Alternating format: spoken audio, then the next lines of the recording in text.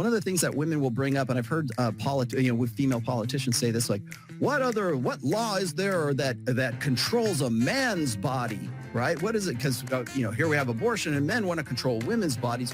What law is out there that will control a man's body? And so I asked the question: is there anything we can do to men that even comes close to forcing a woman to have a baby? Of course, the natural response is, well, selective services does.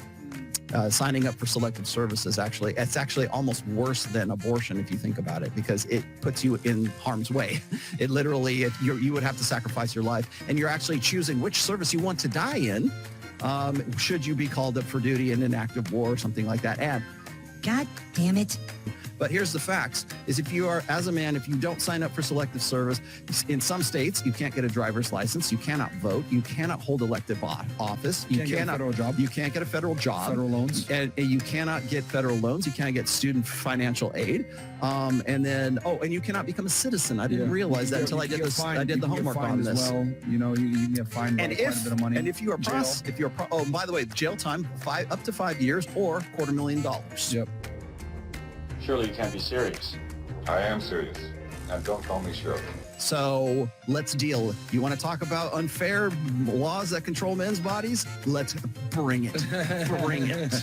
And she says, what can we do to men that comes close to forcing a woman to have a baby? Well, again, according to your own party, we can force men to have babies too. I mean, that's because according to you, that's possible.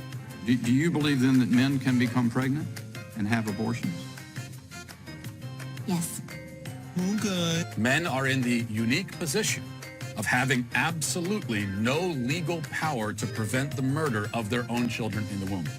And what makes this even more outrageous, if it could possibly get more morally outrageous than that, is that though the man has no legal power and no say at all, as soon as the child is born, the second the child is born, he can be legally required to financially care for the child for the next 18 years. You left this in my vagina. The message that you're sending to men when the child is in the womb is that you have no power, no say, it's not even really yours. No uterus, no opinion. The law is not going to be case to case. So I'm asking, like, yes or no, could men get the same right to not be a parent as women? Then I will say no. No, because... Say something. White Republican men that are trying to make the laws for our bodies, and it's so stupid because we should be the ones to say what our bodies can do and cannot do. But didn't a male-dominated court decide Roe v. Wade? Yes. So how do you feel about that? Horrible. That's bullshit because we're women. They're not the ones with the uteruses. They're not the ones with the vaginas. They're not the ones that have to go through the shit that we have to. But they decided Roe v. Wade.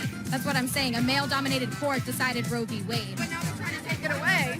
But it's a more diverse court now. So how do you guys feel about that? This is dangerous. Like, we're saying, like, it's not going to stop abortions. It's only going to make them more dangerous, and it just absolutely makes me so angry that my daughter has less rights than I do at her age. And, it's just wrong. Yeah. It's wrong. Like, a bunch of white men shouldn't be making decisions for women. Do women or men live longer? Women. Women, right? Do women or men vote more? Women, because they can vote longer. Well, and also they generally vote a little bit more. Yeah. So if America doesn't have a female president, that's largely determined by women. Yeah. Women have not wanted a female president. So now they're blaming men for, like, they could say, well, women don't like strong women, but that would be to criticize women in some manner, right? So now they're also blaming men for the fact that there's no female president in the U.S., even though women outvote men. Also,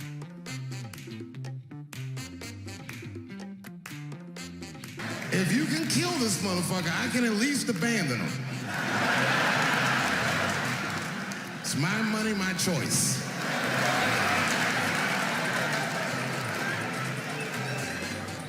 And if I'm wrong, then perhaps we're wrong.